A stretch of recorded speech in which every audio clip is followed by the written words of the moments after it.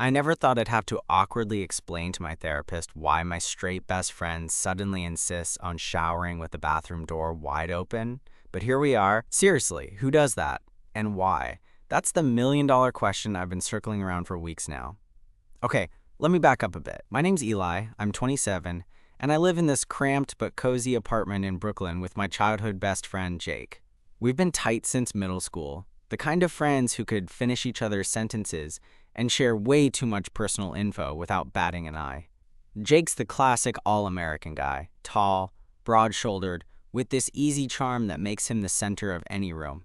He's definitely straight, at least from everything I've seen, which is why what he's been doing lately has me second-guessing everything.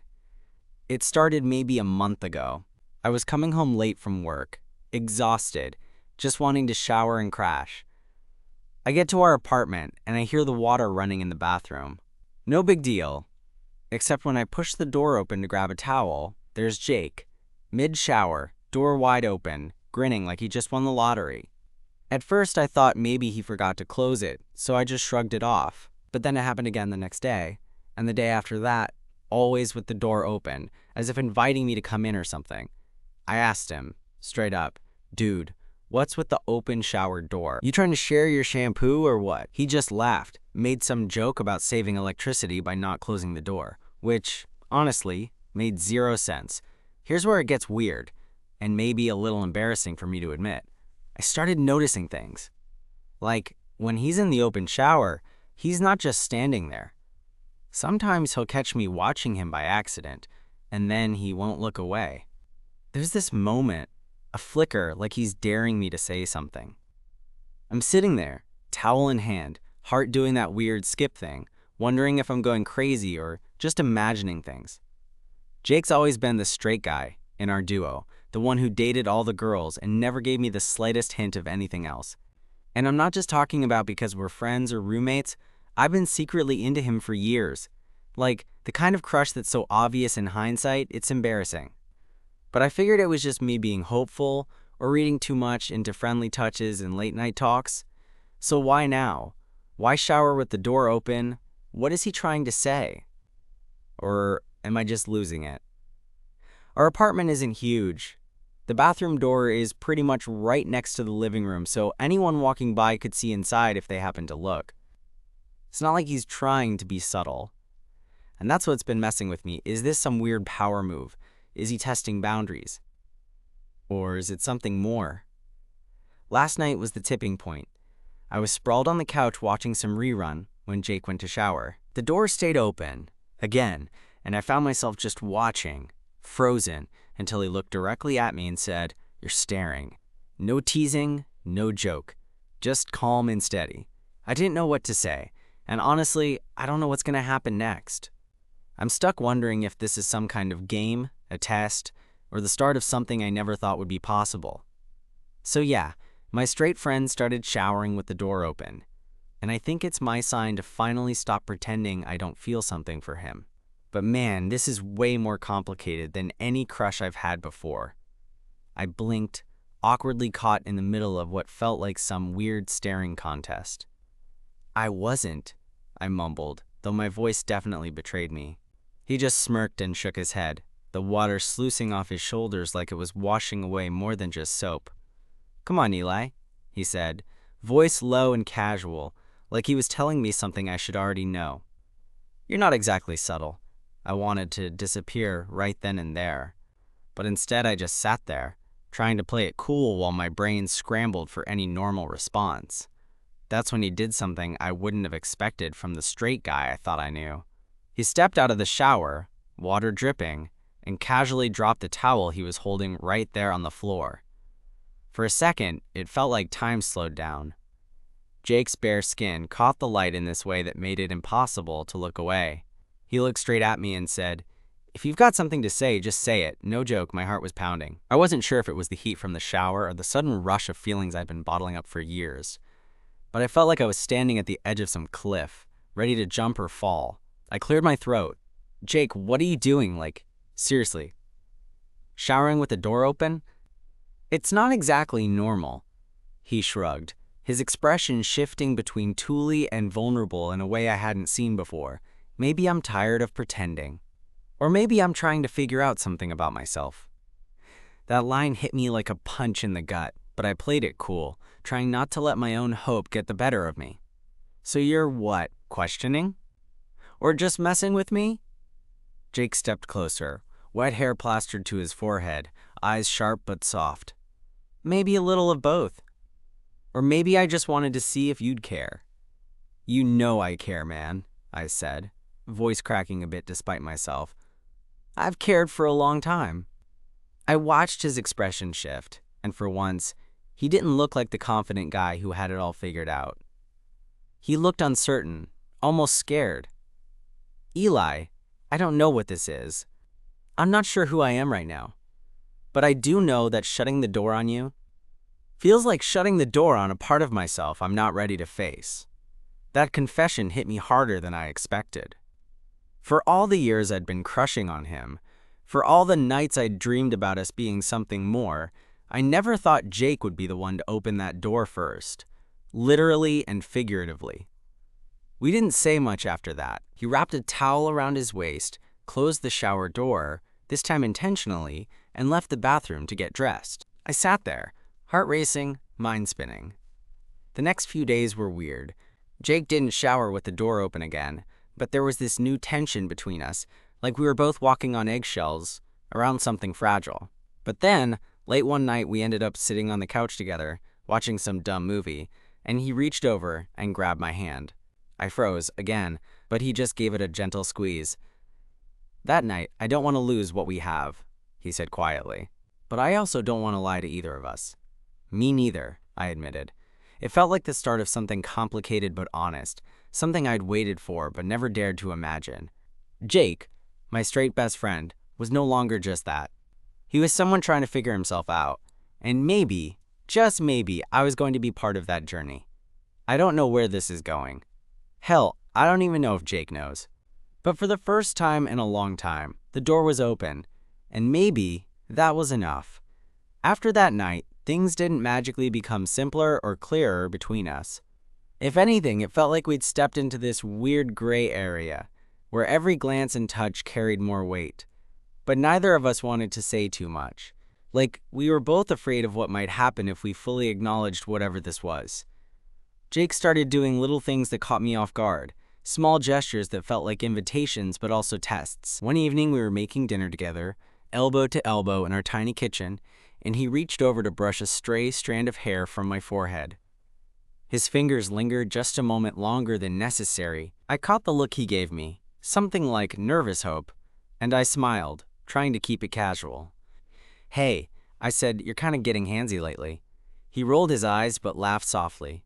Maybe I'm just trying to see if you notice. I did notice. Every little sign, the way our conversation sometimes got a little deeper, a little more vulnerable. The way he'd catch me looking at him and hold my gaze instead of looking away. It was like we were both circling something neither of us was ready to name. One night, about 2 weeks after the open-door shower incident, we were lying on the couch, the city lights casting a soft glow through the windows. Jake turned to me and said, "Can I be honest about something?" I nodded, heart pounding. I don't know what this means for me. I don't even know what I want. But I do know this. I feel safe with you. More than I've ever felt with anyone. That hit me harder than anything. Safe wasn't a word I'd ever associated with Jake. He was the guy who'd always been the life of the party, the risk taker, the one who didn't care about consequences. But here, with me, he sounded different, soft and real. I feel that too, I said. More than I can put into words. We stayed silent after that, just holding onto the quiet between us. For once, there were no games, no tests, just two people trying to figure things out. But then came the moment I'd been both dreading and secretly hoping for. Jake leaned closer, his hand finding mine on the couch. Do you want to try this? Us? The question hung in the air, heavy with possibility. I swallowed hard. Yeah, I want that. His smile was shy, almost relieved. Me too. What followed wasn't some dramatic, movie-style confession or an instant whirlwind romance. It was slow, awkward, sometimes messy. We stumbled through new territory, learning how to be more than friends, how to communicate honestly without fearing judgment or rejection. There were nights when Jake would pull away, confused or scared, and I'd have to remind him, and myself, that figuring this out was okay, that feelings aren't always neat or easy. One night, after a particularly tense argument about what we were and weren't ready for, Jake surprised me by opening up about his own fears. "I'm scared," he admitted, voice barely above a whisper, "scared that if I'm wrong about myself, I'll lose you, and scared that if I'm right, everything changes." I reached for his hand again. "We'll figure it out. Together." That promise became something we both held on to as we navigated this new chapter. The open shower door wasn't just a literal thing anymore. It was a symbol. A way of saying, "I'm here, I'm trying, I'm not shutting you out." And me? I was learning that sometimes love isn't about grand gestures or perfect timing.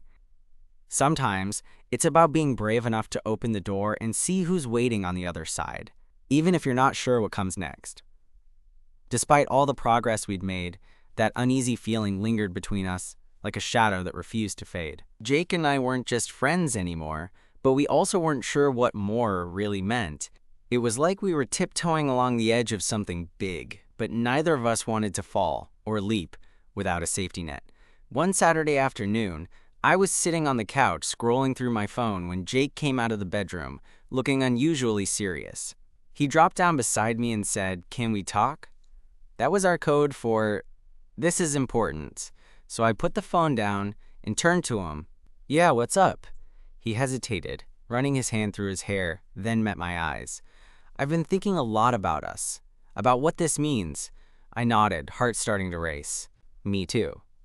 I don't want to keep pretending I'm one thing when maybe I'm not, but I'm scared of what people will say, what my family will say, what our friends will say." I could see the worry etched into his face, the vulnerability he rarely showed. "I get it," I said softly. "It's not easy, but you don't have to figure it out all at once. We can take it one step at a time." He gave a small smile, relieved. "Yeah, one step at a time. I like that." That afternoon, we ended up sitting close, talking about everything and nothing. It felt like a turning point, not because we solved all the questions, but because we admitted them out loud.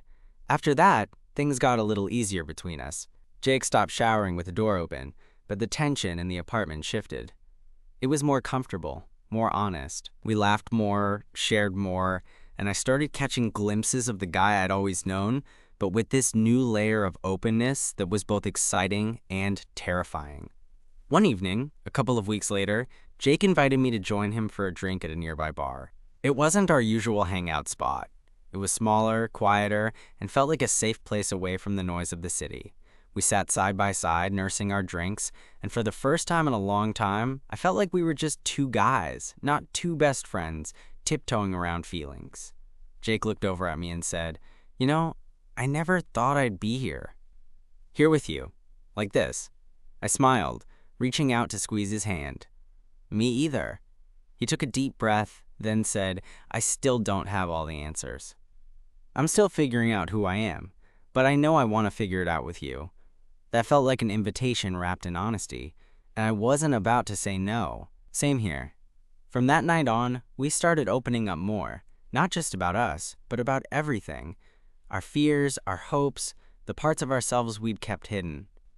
It wasn't always easy. There were moments of doubt, arguments, and times when Jake would pull away, confused or overwhelmed. But there were also moments of pure connection. A touch, a look, a shared laugh, that made it all worth it. One night, as we lay tangled together in the dark, Jake whispered, "Thank you for waiting, for not giving up on me."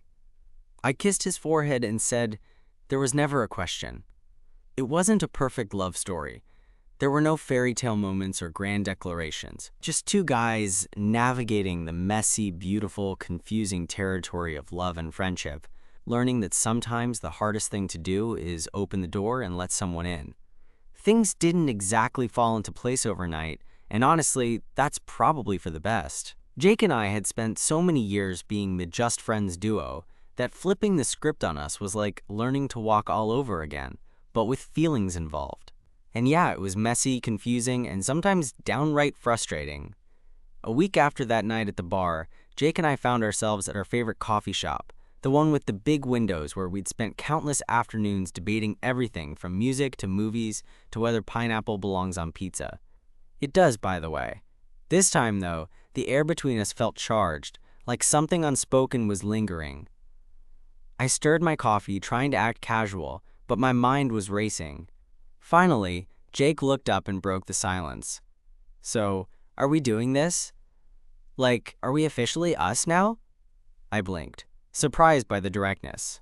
"I guess I thought we were already there," he shrugged, eyes scanning the crowded room as if worried someone might overhear. "I just don't want to assume anything. I want to be clear." "Okay," I said, leaning in. "I want this, Jake. You and me, more than just friends." His lips curled into a small smile, the kind that lights up his entire face. "Good, because same." That moment felt like a secret handshake between us, a quiet acknowledgement that we were crossing a line we'd both danced around for far too long. But real life has a way of stepping in and throwing curveballs. A few days later, Jake got a call from his sister. She'd heard rumors about us. Not from him, but from someone else. And suddenly, the private world we'd been building felt exposed and fragile. Jake came home looking exhausted and tense. He collapsed onto the couch, running his hands through his hair. My sister called. "She's worried. She said people are talking." I sat beside him, unsure what to say. I wanted to tell him it would be okay, that we'd get through it together. But the truth was, I wasn't sure either. "Do you want me to talk to her?" I offered carefully. He shook his head. "No. I need to figure this out myself." "But it please mess. I thought I was ready. But maybe I'm not." I reached out, taking his hand. "You don't have to figure it all out at once. We'll take it slow. Together." He looked at me, eyes softening. "Thanks, Eli. You're really something." Those days that followed were some of the hardest I've ever experienced. Jake pulled back a bit, wrestling with his own doubts and fears. I caught myself second-guessing every word I said, every touch, afraid I might push him away. One night, after a long day, I found him sitting at the kitchen table, staring into his coffee. "Jake," I said gently, "talk to me." "What's going on?" He sighed, running a hand over his face. "I'm scared, okay? Scared of losing my family, my friends. Scared of being judged. Scared of losing you." "That's a lot of scary," I said, trying to lighten the mood. He cracked a small smile. "Yeah, but mostly, I'm scared that after all this, you'll change your mind and see me differently." I shook my head, pulling him into a hug. "Nothing's going to change, Jake. I'm in this for the long haul." We held each other for a while, the city humming outside our window. In that moment, it felt like the world had shrunk down to just the two of us, flawed, scared, but somehow still holding on. Over the next few weeks, Jake slowly started opening up more. He talked to his sister, and while it wasn't all smooth sailing, she surprised him by being more understanding than he'd expected. Our friends were supportive too once they knew the whole story. It wasn't perfect, but it was real. And that made all the difference. One night, as we lay tangled in bed, Jake reached over and whispered, "Thanks for waiting for me, for not giving up." I kissed his forehead, heart full. There was never a question. We didn't have everything figured out, and maybe we never would. But for the first time, I felt like we were on the same side, opening the door to whatever came next, together. It's funny how the smallest things can suddenly take on a whole new meaning. Like the other day, Jake was washing dishes, and he deliberately left the kitchen light on even though it was late, and we usually turned it off. I caught him glancing over at me, and that little detail felt like a signal, a quiet way of saying, "I'm here. I'm not hiding anymore." That moment made me realize how far we'd come. The shower door wide open was just the start, a strange, unexpected way Jake was trying to test the waters, to let me know he wasn't as sure as he'd pretended to be. And now? Now it feels like we're building something real out of all that uncertainty. We've settled into this rhythm, messy and imperfect, but ours. Some days are easier than others. Some days Jake still wrestles with doubts, or the old programming about who he should be. Other days, he's the guy who kisses me in the middle of the street, just because, like it's the most natural thing in the world. which, for us, it is. Last weekend, we took a spontaneous trip out to the coast. No phones, no distractions, just the two of us and the sound of waves crashing. It was the first time we'd done something like that since all this started, and there was this quiet magic to it. Sitting on the rocks, watching the sunset, Jake reached over and held my hand. No words were needed.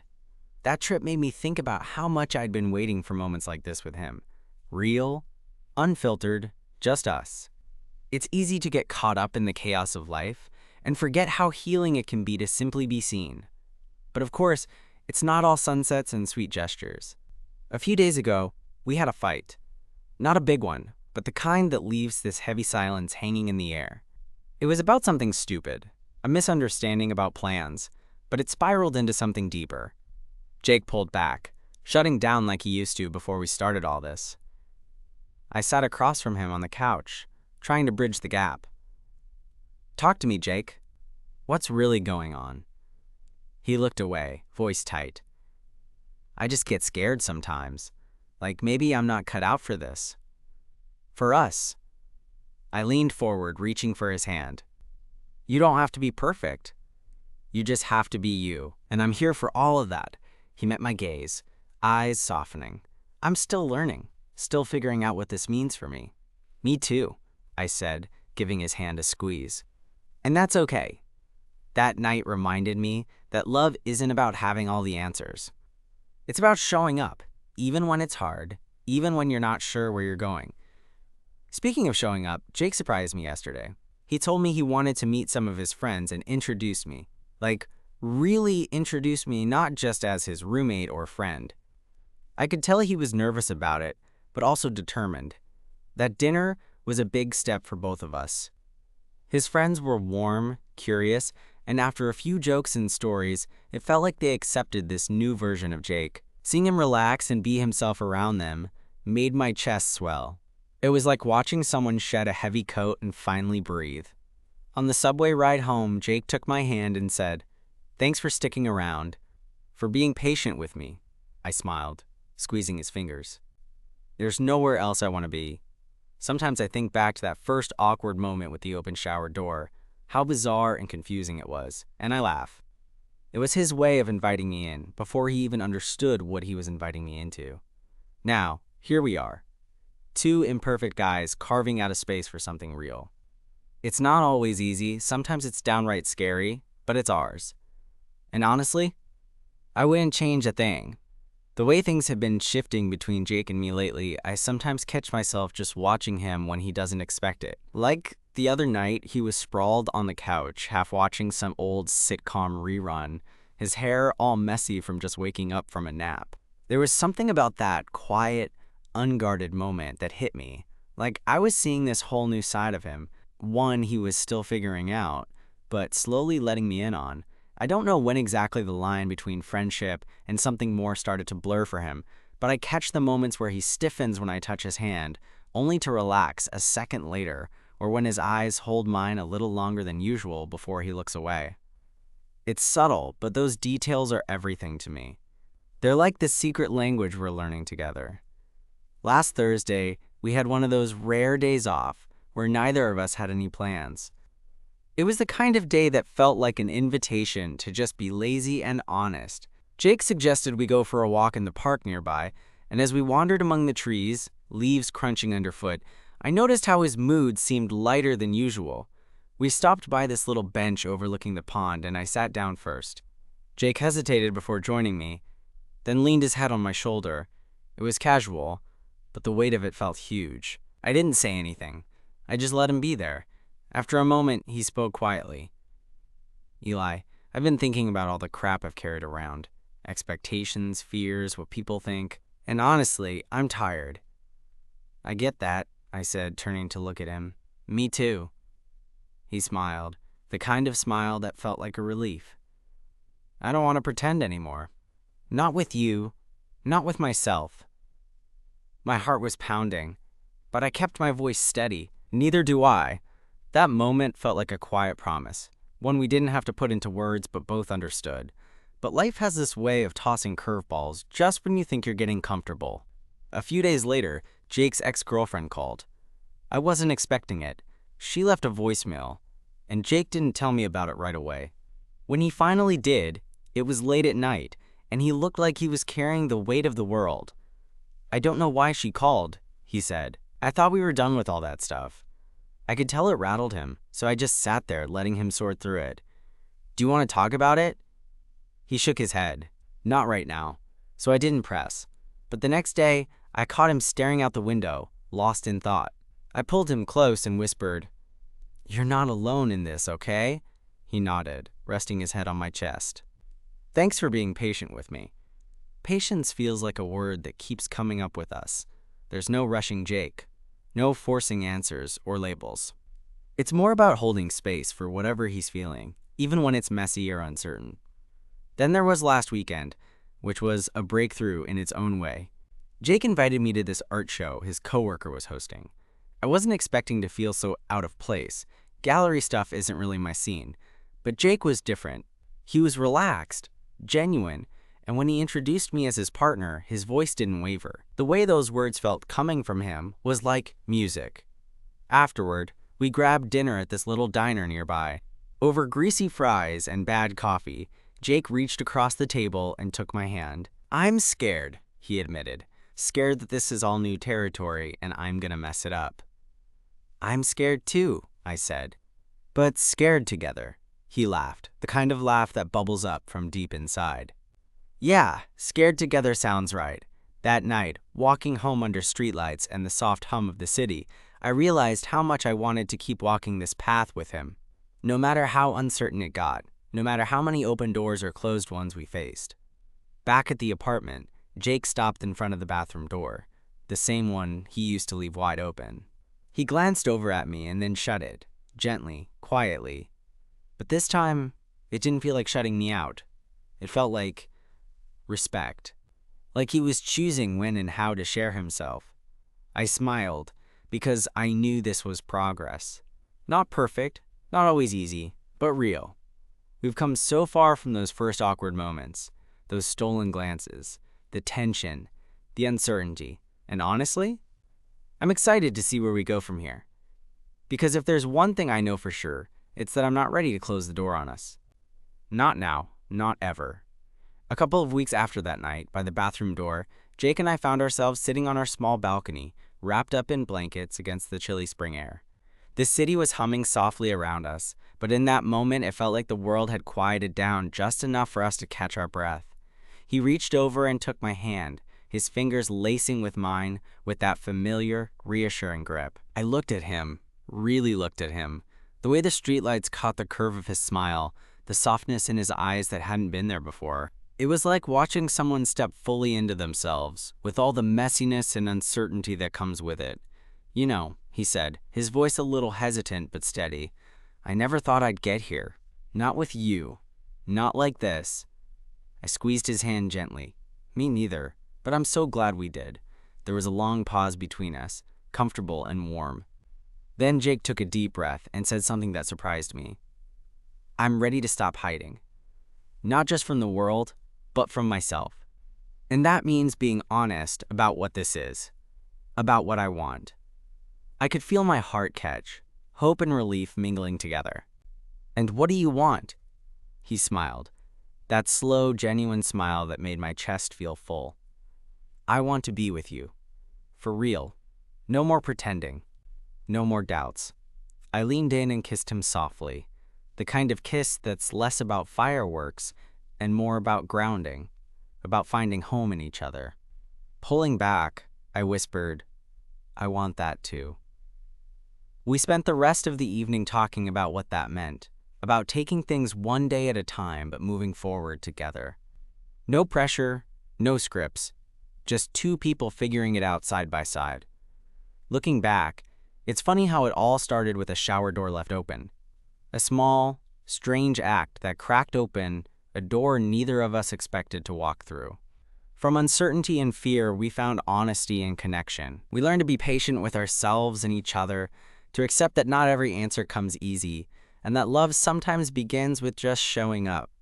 Now, when I think about Jake, I don't just see my best friend or the guy the first once thought was Straight. I see the person who's brave enough to explore who he really is, who trusts me enough to let me in, and who now holds my hand as we walk into whatever comes next. And honestly, that feels like everything.